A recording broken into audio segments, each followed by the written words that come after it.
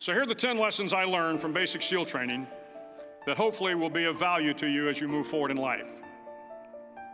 Every morning in SEAL training, my instructors, who at the time were all Vietnam veterans, would show up in my barracks room, and the first thing they'd do was inspect my bed. If you did it right, the corners would be square, the covers would be pulled tight, the pillow centered just under the headboard, and the extra blanket folded neatly at the foot of the rack. It was a simple task, mundane at best, but every morning we were required to make our bed to perfection. It seemed a little ridiculous at the time, particularly in light of the fact that we were aspiring to be real warriors, tough, battle-hardened SEALs. But the wisdom of this simple act has been proven to me many times over. If you make your bed every morning, you will have accomplished the first task of the day. It will give you a small sense of pride, and it will encourage you to do another task, and another, and another. And by the end of the day, that one task completed will have turned into many tasks completed. Making your bed will also reinforce the fact that the little things in life matter. If you can't do the little things right, you'll never be able to do the big things right. And if by chance you have a miserable day, you will come home to a bed that is made, that you made. And a made bed gives you encouragement that tomorrow will be better. So if you want to change the world, start off by making your bed. During SEAL training, the students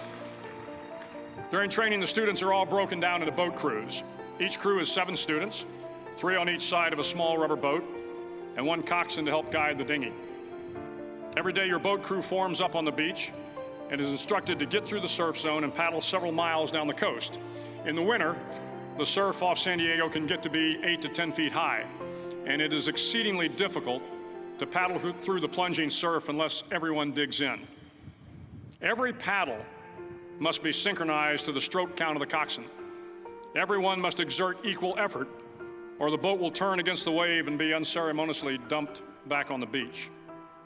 For the boat to make it to its destination, everyone must paddle. You can't change the world alone. You will need some help. And to truly get from your starting point to your destination takes friends, colleagues, the goodwill of strangers, and a strong coxswain to guide you. If you want to change the world, find someone to help you paddle. Over a few weeks of difficult training, my SEAL class, which started with 150 men, was down to just 42. There were now 6 boat crews of 7 men each. I was in the boat with the tall guys, but the best boat crew we had was made up of the little guys, the Munchkin crew, we called them. No one was over 5'5". The Munchkin boat crew had 1 American Indian, 1 African American, 1 Polish American, 1 Greek American, 1 Italian American, and 2 tough kids from the Midwest.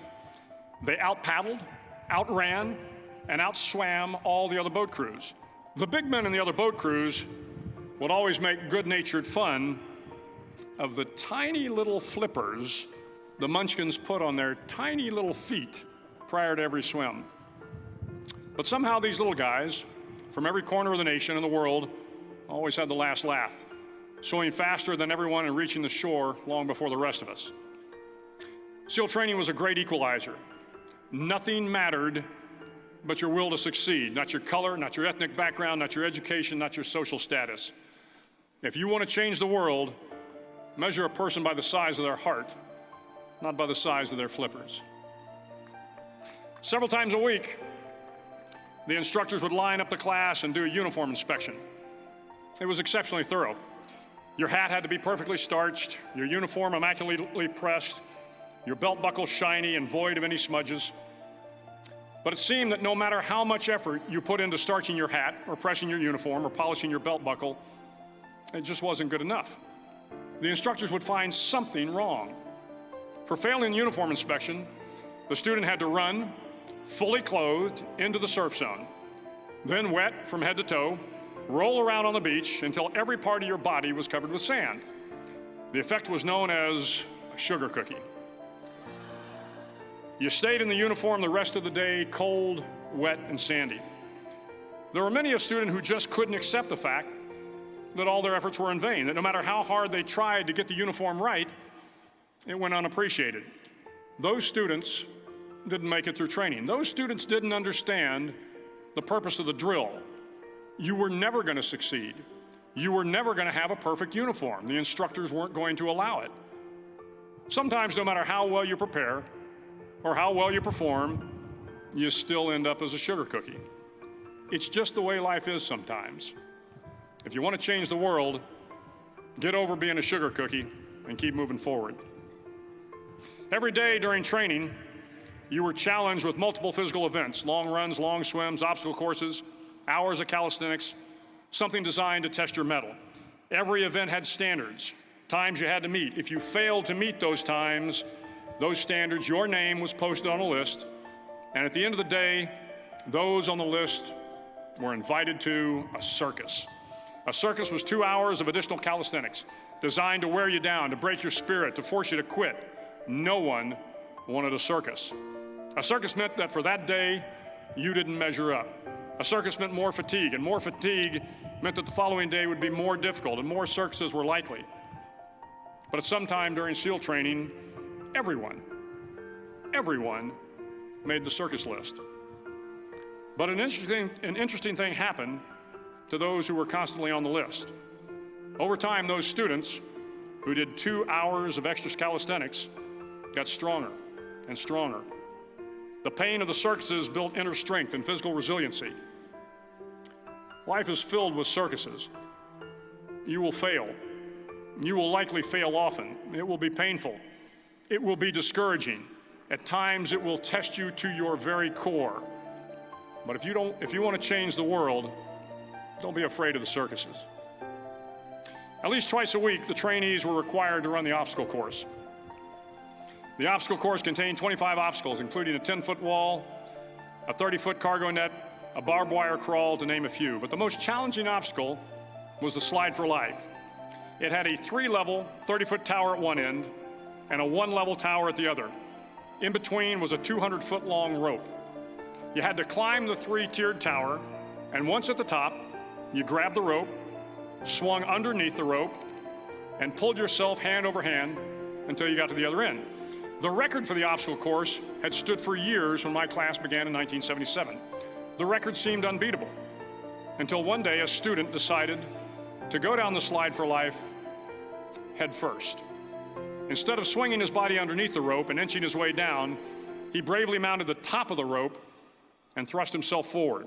It was a dangerous move, seemingly foolish and fraught with risk. Failure could mean injury and being dropped from the course. Without hesitation, the student slid down the rope perilously fast. Instead of several minutes, it only took him half that time. And by the end of the course, he had broken the record. If you want to change the world, sometimes you have to slide down the obstacles head first. During the land warfare phase of training, the students are flown out to San Clemente Island, which lies off the coast of San Diego. The waters off San Clemente are a breeding ground for the great white sharks.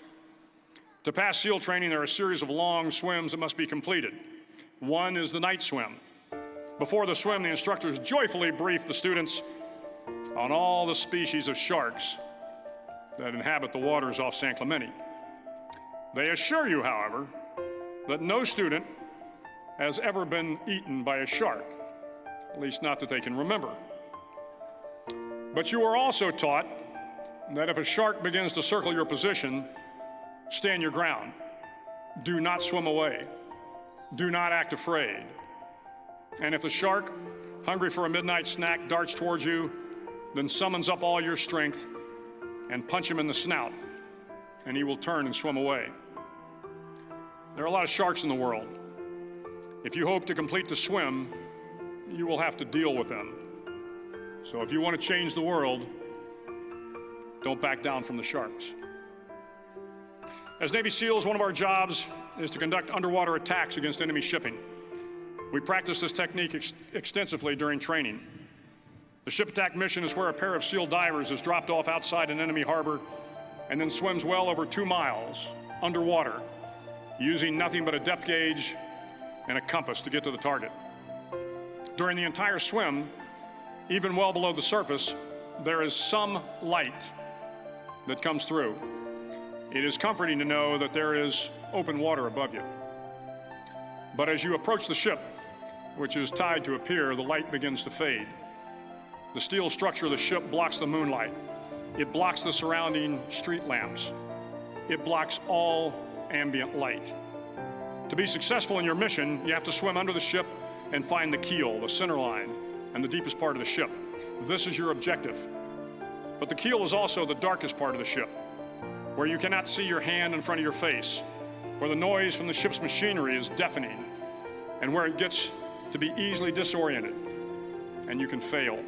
Every SEAL knows that under the keel, at that darkest moment of the mission, is a time when you need to be calm, when you must be calm, when you must be composed, when all your tactical skills, your physical power, and your inner strength must be brought to bear.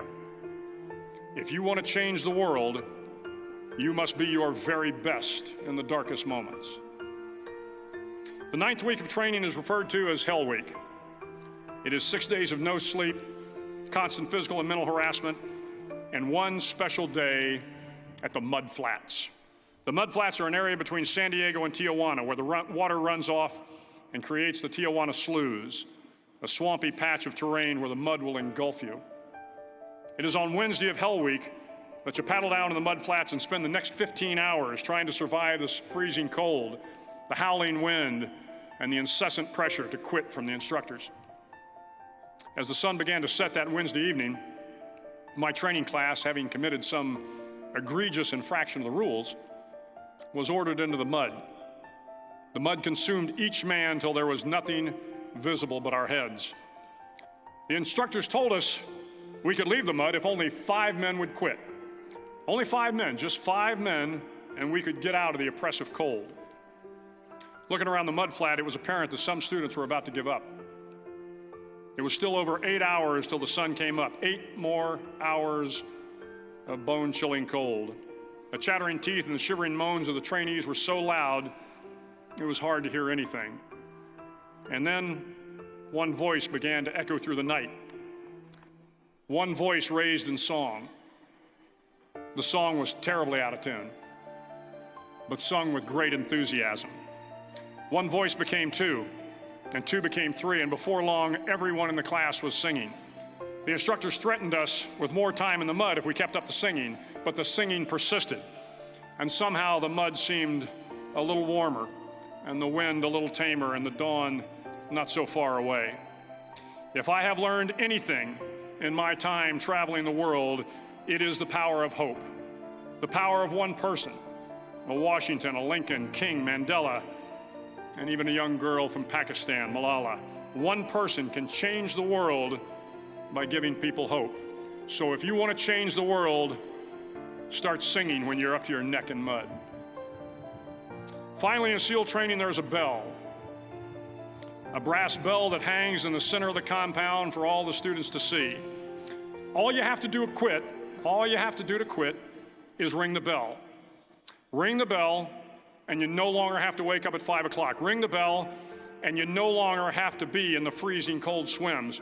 Ring the bell, and you no longer have to do the runs, the obstacle course, the PT, and you no longer have to endure the hardships of training. All you have to do is ring the bell to get out. If you want to change the world, don't ever, ever ring the bell. To the class of 2014, you are moments away from graduating, moments away from beginning your journey through life, moments away from starting to change the world for the better. It will not be easy, but you are the class of 2014, the class that can affect the lives of 800 million people in the next century. Start each day with a task completed. Find someone to help you through life. Respect everyone. Know that life is not fair and that you will fail often. But if you take some risks, step up when the times are the toughest, face down the bullies, lift up the downtrodden, and never, ever give up. If you do these things, the next generation and the generations that follow will live in a world far better than the one we have today. And what started here will indeed have changed the world for the better. Thank you very much. Hook 'em horns.